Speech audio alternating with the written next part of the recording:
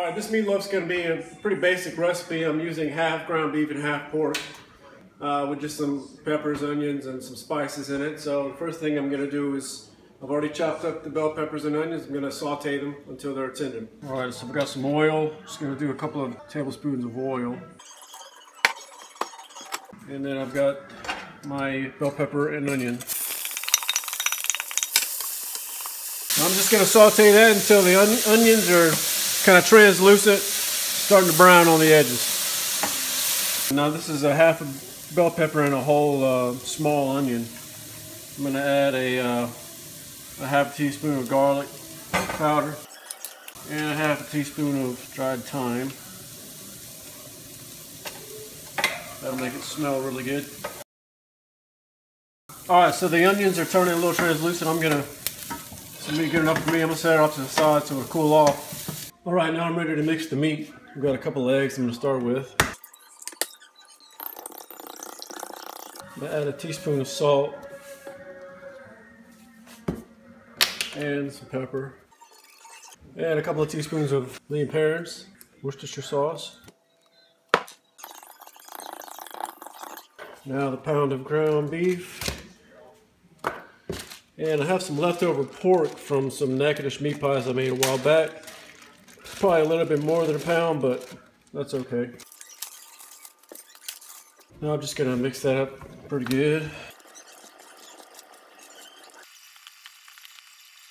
Now I've got a half a cup of breadcrumbs and a half a cup of milk. And then I'll blend that up. Now I've got this pan, disposable pan that I poked some holes in. I'm going to set the meatloaf right there and just loosely form it into a loaf shape. Looks about good. And I got a little bit ahead of myself. I forgot about the peppers and onions that I sauteed earlier, so add those in. Some more mixing. Alright, so I'm back now with the peppers and onions added in. I've got this rub that I got for Christmas earlier this year. It's made in Houma, Louisiana. Now I'm from South Louisiana, and my parents gave me this, so I'm going to try it out. So I'm going to put some on this. I'm just going to cover it. Alright, now I'm going to do a barbecue instead of making the ketchup and mustard stuff that we usually do. I'm going to put some barbecue sauce on. And all we have is Sweet Baby Ray's, so that's what I'm using. I happen to like Sweet Baby Ray's anyway, so I'm just going to cover it with a coat of that. And I'll put a little bit more on it once it's cooked for a while. Alright, now I'm going to cover this up, stick it in the fridge until I'm ready for it. We'll go get the smoker set up. Alright, just a couple of bits of information. The recipe I'm using is like a mixture of 3 different recipes I've read online. Second of all, this is the first time I'm cooking on a smoker, an actual smoker. I started charcoal grilling a couple of years ago. I've got a Weber kettle. I've tried to do some smoking on it before, but now I got a Weber Smokey Mountain a couple of weeks ago. I tried to season it last week by running it as hot as I could get it, or a couple of weeks ago. And so now it's my first cook on the Weber Smokey Mountain. So please go easy on me. If you see me make any mistakes, I'd appreciate some constructive feedback. With that being said, let's get the cooker set up. Alright, I've got a whole chimney starter full of charcoal. I've got a lighter cube by Weber. Light that on fire. Catches pretty good. Let me go ahead and set the charcoal right on top. And I'll come back whenever it's ready to pour. Alright, it's been about 20 minutes. That's good enough for me. I'm going to go ahead and pour it into the charcoal chamber. Still one in there. And I'm going to pour a little bit more on top. Not that many. And then I'll just make sure I have plenty of fuel to last. I think that'll be fine. Go ahead and put the ring on and put the top on. Let it get a little warm in there. Alright, it's already shooting up close to 300. I'm going to close down some of these vents a little bit. Alright, I've got them all about a quarter of the way open. See what the temperature does now. What I'm trying to do is cook it around 300 degrees. Again, like I mentioned, I don't know what I'm doing, so I'm going to try to get it to stop. Looks like it's still rising. I'll give it a couple minutes and then I'll see what it does and go from there. All right, so I've ended up with all the vents on the bottom closed, and this is still reading towards 350, and the thermometer I got in the center is reading 370. So I'm going to put this water pan in there. Maybe it'll deflect some of the heat. I don't know. I have no idea. Just going to see what it does. See what happens. All right, it's been about 10 minutes since as soon as I put the water pan in, it shot towards 300. Now this one says about almost 290, and this one's reading about 305 towards down the center. So I think that's going to be where I'm going to keep it at.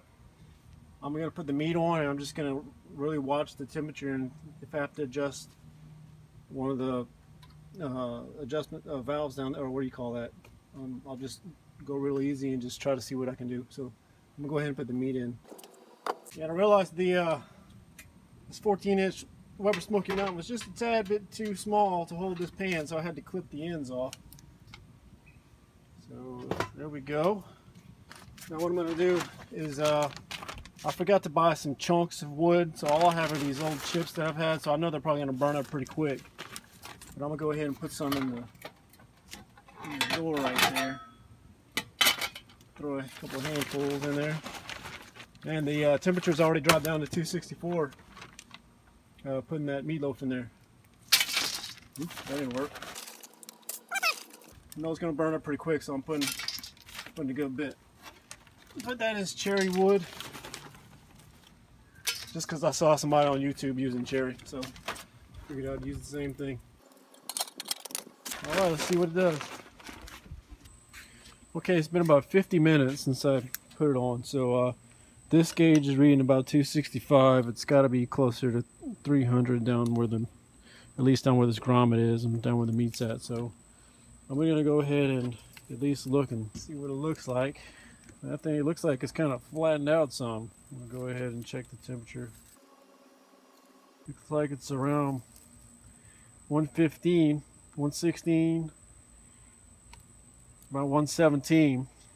So I know it's got to get up to 160 or so before I take it off, so I'm going to let it cook for another 30 minutes and I'll check it again, I suppose. Alright, it's been another 30 minutes. We'll check it out. About 135, 136. So, we're about 15 degrees in 30 minutes, so I guess I'll give it some more time. Kind of wish that stuff would have drained out into that bowl down there. Maybe I won't use the pan next time. Alright, 30 more minutes. Alright, it's reading about 162, so looks like it's ready to take off.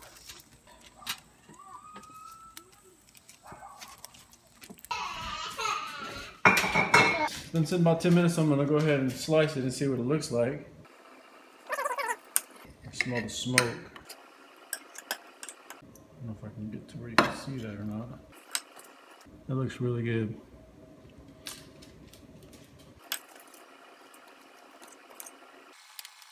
Yeah, that looks really good. Nice and juicy. I'm gonna cut me off a piece and try it out. Try a piece of this right here.